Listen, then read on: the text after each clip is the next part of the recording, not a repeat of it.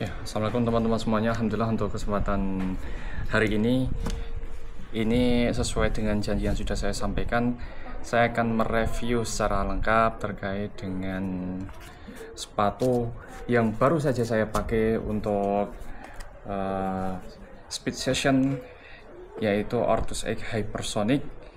Ada dua mode yang sudah saya pakai, yaitu mode training maupun yang mode racing. Mari kita bahas.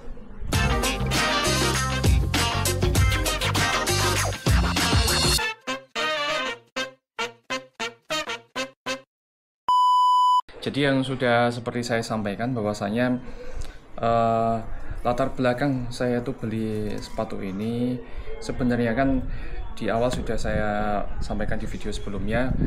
Saya itu mencari sepatu speed trainer yang mana sebagai rotasi sepatu yang sebelumnya, yaitu Ardiles Infinity Urbit ya, karena memang sudah ada beberapa kerusakan di sepatu saya, sehingga saya membutuhkan rotasinya. Dan dari tiga pilihan produk yang saya mau pilih, akhirnya saya memutuskan untuk membeli Ortus X Hypersonic ya 2.0. Dan saya pilih ukuran 42,5 ya, karena memang saat saya pakai kayak gitu yang mengakomodir toe boxnya itu adalah di ukuran 42,5 itu ya. Jadi tidak perlu berlama-lama, kita bahas mulai dari uppernya terlebih dahulu. Ya, mungkin sebelum kita mulai ke upper, kita mulai dari desain terlebih dahulu ya. Ini desain warnanya sementara memang yang dikeluarkan oleh Ortus X itu hanya warna orange sama putih ini saja ya. Hanya ada colorway-nya cuma satu warna ini saja. Tapi harapannya sih nanti dari Ortus X itu ada warna-warna yang lain. Karena kalau sepatu putih itu saya sendiri ya akan sangat-sangat mudah untuk kotor, apalagi kalau dibawa di hujan-hujanan. Dan pengalaman sih kalau misalnya kayak Ortus Solar di awal colorway-nya juga cuma ada orange sama putih, tapi akhirnya kesini ada colorway yang lain juga. Ya harapannya sih nanti yang Hypersonic yang 2.0 atau 2.1 itu nanti ada colorway yang lain juga. Terus untuk secara looks-nya coba dilihat, ini memang rockernya lumayan ekstrim ya, depan sama belakang. Ini kalau misalkan dilihat saja sudah ekstrim ini, sepertinya kalau bisa disimpulkan ini sepertinya tidak cocok untuk semua pelari, hanya cocok untuk pelari-pelari tertentu saja. Jadi seperti itu. Ini kalau dilihat secara visualnya saja. Mari kita bahas mulai dari uppernya terlebih dahulu ya. Kalau untuk upper ya seperti yang teman-teman bisa lihat ya di sini, ini bahannya dari monomesh yang banyak sekali lubangnya di sini. Otomatis untuk breathability-nya nggak perlu untuk ditanyakan, ini pasti breathable. Kemarin saat saya pakai untuk 2 kali latihan di speed session juga breathable, walaupun saya itu pakai kaos kaki yang lumayan tebal. Terus yang selanjutnya ini juga berkaitan dengan tangnya, ini juga di sini juga banyak sekali lubang-lubangnya, dan ini juga sangat-sangat breathable ya. Kalau untuk talinya ini menurut saya seperti yang pernah saya sampaikan di video sebelumnya, ini biasa saja menurut saya ya, biasa saja. Kalau untuk yang sudah saya pakai memang tali pipih yang seperti ini, dan selama penggunaan pemakaian ini saya tidak ada komentar karena ya ini termasuk kuat, dan saya juga belum pakai untuk yang tali racingnya. Jadi mungkin kalau terkait dengan tali racingnya saya belum ada impresinya. Cuma yang saya khawatirkan ke hole-holenya ini ya. Ya kita lihat aja. Karena hole-holenya itu seperti agak ringkih. Cuman kita lihat saja untuk kemungkinan kedepannya apakah ini bisa bertahan lama atau tidak ya. Ini kalau secara impresi di dalam 2 pemakaian untuk upper, terus tidak spoil sama talinya sama hole-holenya itu masih aman sih kalau dari saya itu. Tambahan untuk talinya, ini karena saya sudah 2 kali memakai, ini beberapa kali ini saya harus mengadjust talinya itu beberapa kali ya, karena sensasinya ini harus benar-benar memeluk kaki kita, jadi memang harus ditekan banget kayak gitu. Pada prinsipnya sepertinya untuk pemakaian yang pertama, misalnya penalian pertama kok seperti agak longgar, terus akhirnya saya adjust lagi. Jadi 2 kali pemakaian harus seperti itu. Jadi harus ditarik-tarik dulu talinya. Terus untuk modelnya, uppernya ini model slip on ya. Memang ada kelebihan sama ada kekurangannya. Kalau untuk kelebihannya kan otomatis dia langsung masuk. Tapi kekurangannya ini kaki saya itu susah untuk masuknya. Jadi memang perlu ada pull tabnya ini ya. Jadi harus ditarik dulu, dari baru nanti akan bisa masuk ke sepatunya. Dan kalau udah masuk, wah nyaman sekali. Terus yang selanjutnya adalah di sini ada paddingnya atau heel counternya. Ini sebenarnya ya minimalis ya. Dan di sini ada paddingnya walaupun nggak banyak, tapi sedikit untuk memberikan kenyamanan ya, karena racing shoes ya. Ini juga konsepnya adalah racing shoes dan termasuk juga speed trainer juga. Jadi ya sedikit ada paddingnya itu lumayan membantu, walaupun ya mungkin impactnya adalah pada berat sepatunya itu sendiri ya. Untuk yang selanjutnya ini yang menarik dari sepatu ini ya, yaitu bagian insole-nya. Saya juga heran ya, kok bisa ya kepikiran untuk membuat sepatu dengan 2 mode seperti ini hanya dengan melepas insole-nya. Apakah ini benar-benar works atau tidak ya? Jadi kita bahas ya. Jadi memang pasti ada perbedaan kalau misalkan ini insole dipasang dan insole tidak dipasang, dan ternyata itu bukan gimmick. Saya merasakan ada perbedaannya, mungkin nanti di akhir video akan saya sampaikan beberapa perbedaannya. Tapi ini termasuk empuk ya, termasuk empuk.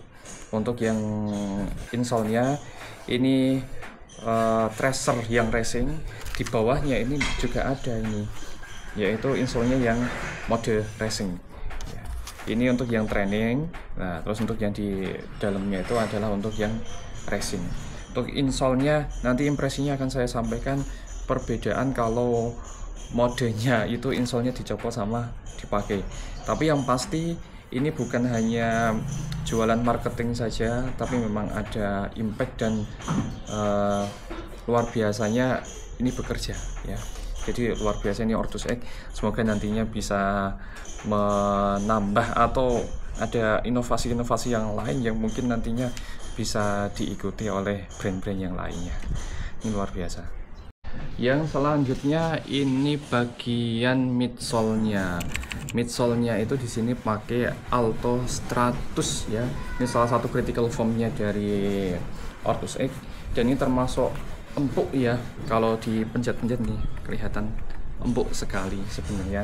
Saat saya berlari di atas sepatu ini, salah satu yang saya rasakan itu adalah empuknya dari Alto Stratusnya ini.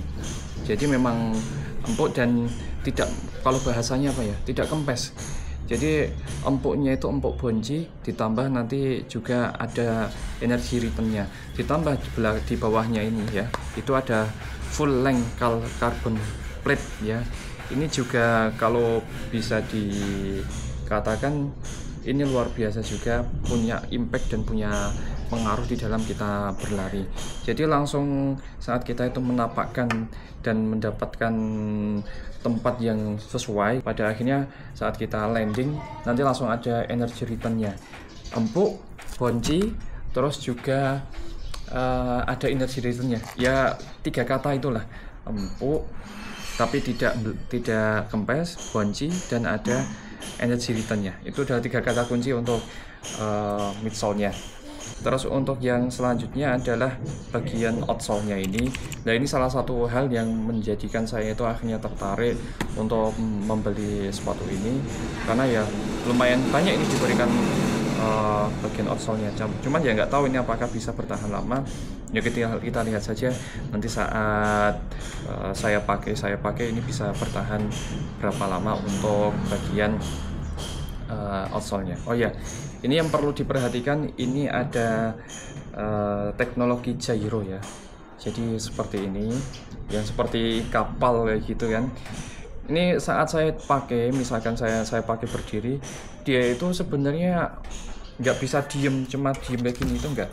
Jadi kayak mau ke depan ke belakang. Apakah itu gimmick juga? Enggak ya. Jadi setelah saya pakai memang akhirnya kaki itu seperti menggelinding kayak gitu.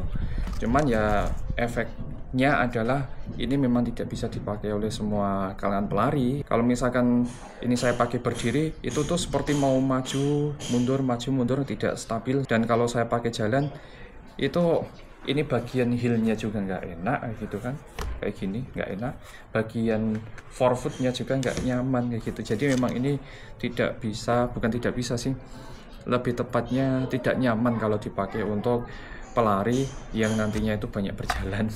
Saya merasakan sendiri seperti itu ya. Mungkin setelah ini kita bahas perbedaan mode training dan mode racingnya itu seperti apa. Yuk kita bahas. Jadi ini suatu sudah saya pakai di 2 latihan ya. Memang sengaja 2 latihan itu saya gunakan, yang pertama mode training, yang kedua adalah mode racing. Yang pertama itu otomatis insole-nya itu saya pasang, yang kedua itu insole-nya saya lepas. Untuk yang insole-nya saya pasang itu saya lari tempo di pace 454. Kalau untuk yang saya lepas ya mode racing itu di pace 452. Dan ini berikut ada beberapa perbedaan yang saya rasakan selama saya pakai 2 mode ini. Yang pertama itu adalah terkait dengan kestabilannya. Jadi kalau untuk yang mode training yang otomatis insole-nya itu dipakai, ini yang saya rasakan karena saya itu adalah larinya 5 kilo, di kilometer 1 sama 2 itu agak nggak stabil, jadi agak goyang-goyang seperti ini. Karena empuknya ini dan kaki saya itu harus beradaptasi. Jadi beradaptasi dengan sepatu seperti ini. Karena ini baru pertama kali pakai. Jadi terus nanti di kilometer 3, 4, 5 itu sudah mulai nyaman. Cuman ya karena ada empuknya itu ya, jadi memang agak-agak nggak stabil. Ini beda dengan mode racing. Kalau mode racing otomatis insole-nya itu dilepas. Nah saat saya pakai untuk lari itu langsung direspon sama carbon plate-nya, itu langsung del bahasanya itu kayak gitu ya. Jadi langsung direspon oleh agresifnya carbon plate sama bouncing-nya dari ini Alto Stratusnya ini. Jadi hasilnya pun berbeda.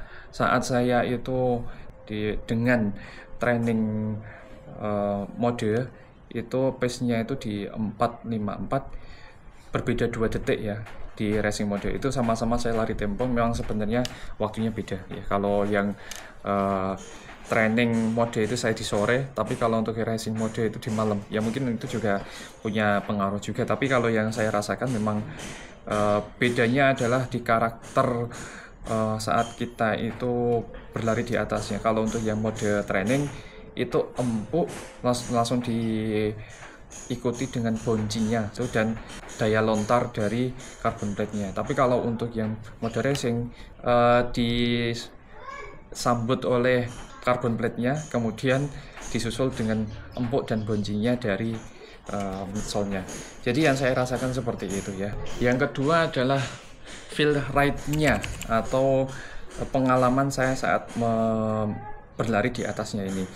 Sebenarnya insole ini kalau secara beratnya tidak terlalu signifikan ya. Di ukuran saya di 42,5, mohon maaf, 42,5. Ini bedanya kalau misalkan dengan insole dan tanpa insole itu paling cuma sekitar 10 sampai 20 gram ya. Saya karena memang belum menimbang. Tapi pada prinsipnya di awal-awal memang saat saya pakai dengan mode training yang insole-nya itu terpasang, ya masih ringan, cuman akan sangat berbeda saat dilepas insole-nya. Lebih ringan yang tanpa insole. Cuman saat sudah mulai lari berkilo-kilo, berat ini tidak terlalu signifikan sebenarnya ya.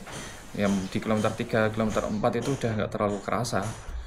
Kalau dia pakai insole sama pakai midsole, nggak terlalu bisa merasakan perbedaannya. Tapi kalau di awal-awal itu memang ada lumayan perbedaannya. Jadi seperti itu untuk beberapa perbedaan. Yang selanjutnya itu adalah agresivitas dari carbon plate-nya. Kalau mode training yang saya rasakan itu karena sebelum kita itu merasakan agresifnya dari carbon plate-nya, itu kita merasakan empuk dan bouncing-nya dari insole-nya terlebih dahulu. Jadi tidak terlalu agresif menurut saya kalau untuk yang pakai mode training. Tapi kalau untuk yang dia itu mode racing, karena insole-nya itu tidak dipakai, jadi langsung agresif. Jadi memang bedanya itu keagresifan dari carbon plate-nya itu sendiri. Sedangkan untuk rasa bouncy sama empuknya dari midsole-nya itu tetap kerasa. Dan bedanya adalah agresif dari carbon plate-nya itu sendiri. Terus untuk yang terakhir adalah kenyamanan ya. Kalau untuk kenyamanan sebenarnya ini secara subjektif dan personal sekali ya. Kalau misalkan untuk latihan ya nyamannya pakai mode training kayak gitu kan, biar kakinya itu tidak terlalu termanjakan oleh agresifnya dari carbon plate-nya. Tapi kalau untuk yang untuk kompetitif atau untuk balapan atau race gitu lebih baik ini dilepas ya. Biar apa? Biar kita bisa lebih smooth lagi untuk melangkahkan kakinya itu glinding-glinding. Jadi seperti itu ya. Terus untuk sepatu ini sebenarnya cocoknya untuk siapa sih? Ini subjektif diri saya pribadi ya. Teman-teman boleh tidak setuju. Kalau dilihat dari beberapa kali saya pakai, 2 kali, dan saya pakai untuk speed trainer di lari tempo pace 4, saya mencoba menggunakan untuk recovery run juga, dan saya pakai untuk jalan. Dan ini kesimpulan saya pribadi, ini tidak semua itu bisa merasakan atau mungkin berkesempatan untuk memakai sepatu ini ya. Karena yang pertama, ini terkait dengan bentuknya, ini rokernya ini kan luar biasa agresif ya, depan sama belakang. Untuk jalan itu juga lumayan tidak enak gitu. Untuk lari pelan di pace 7 sama pace 8 yang saya rasakan juga tidak terlalu nyaman. Dan saya baru merasakan kenyamanannya itu mulai dari pace 6 sebenarnya. Pace 6, pace 5, apalagi pace 4, pace 3 itu ya nantinya akan bisa merasakan kenyamanan atau manfaat dari penggunaan sepatu ini. Karena ya ada carbon plate-nya, jadi kalau untuk pelari-pelari yang masih pelan ya gitu ya mungkin ditingkatkan dulu kecepatannya. Kemudian selanjutnya adalah berkenaan dengan kekuatan dari ototnya. Jadi kalau misalkan dari teman-teman sudah rutin untuk strength training dan ototnya sudah kuat, mungkin ini juga jadi opsi untuk bisa dipertimbangkan ya. Karena kalau misalkan kita itu jarang melaksanakan strength training dan ototnya belum kuat, menggunakan ini nanti akan punya risiko untuk cedera ya. Karena memang ada penelitian kalau misalkan penggunaan carbon plate yang berlebihan nanti akan punya dampak di dalam kaki kita. Terus yang selanjutnya adalah untuk kamu-kamu semua yang sudah serius untuk lari ya. Karena harganya ini juga bukan bercanda, harganya juga sudah serius kan. Ya, kalau secara officialnya kan 1,5 juta, ini bukan harga yang murah ya. Jadi ini bisa dipakai untuk kamu-kamu yang memang sudah serius untuk berlari. Tapi kalau misalkan pengen nyoba-nyoba carbon plate tapi yang lebih murah, mungkin ada itu yang dari Ardiles yang dia tidak terlalu stiff. Kalau ini kan stiff banget ya. Ya, dia tidak terlalu stiff dan bisa dipakai untuk semua piece. Kalau untuk yang merek Ardiles yang Infinity Urbit atau Sense Pro 2 mungkin ya karakternya sama. Tapi saya karena untuk yang Sense Pro 2 saya belum pernah pegang, jadi saya juga nggak tahu ya apakah karakternya sama dengan yang Infinity Urbit. Terus yang selanjutnya yang ketiga itu adalah untuk teman-teman yang mungkin pengen punya satu sepatu bisa 2 mode ya. Bisa dipakai untuk training dan bisa dipakai untuk racing. Ini walaupun ini judulnya training, tapi lebih tepatnya itu adalah speed training ya. Bukan untuk training recovery atau easy run yang pace 7, pace 8. Menurut saya enggak, ya minimal pace 6 lah nantinya biar kita bisa merasakan manfaat dari sepatu ini. Kalau untuk yang speed training, jadi bukan untuk lari lucu seperti itu ya. Ya, itulah first impression dari saya terkait dengan pemakaian sepatu ini selama 2 kali latihan, yaitu di mode racing dan mode training, dan ini luar biasa kok, ternyata sepatu lokal pun punya ide yang sangat cemerlang seperti ini. R&D-nya itu luar biasa. Maka ditunggu ini dari merek-merek yang lain. Kira-kira nanti ada gebrakan apa lagi ini di dunia persepatuan lari ini. Dan kembali lagi, itu adalah murni dari pendapat saya pribadi. Kalau dari teman-teman kok nggak sepakat dengan apa yang saya sampaikan, itu boleh-boleh saja, dan silahkan bisa kita diskusikan di kolom komentar. Insya Allah ini akan saya gunakan sebagai rotasi untuk speed trainer, dan ini luar biasa untuk dipakai, dan mungkin akan kedepannya beberapa kali mungkin akan saya coba untuk pakai race ya. Yang paling dekat itu insya Allah akan saya pakai untuk race di 10 kilo, tapi ya kita lihat saja nanti ya. Gitu saja untuk konten saya pada kesempatan hari ini. Jangan lupa untuk like dan subscribe channel saya ini biar saya itu tambah semangat bikin konten untuk teman-teman semuanya. Saya akhiri, bila taufiq hidayah. Assalamualaikum warahmatullahi wabarakatuh.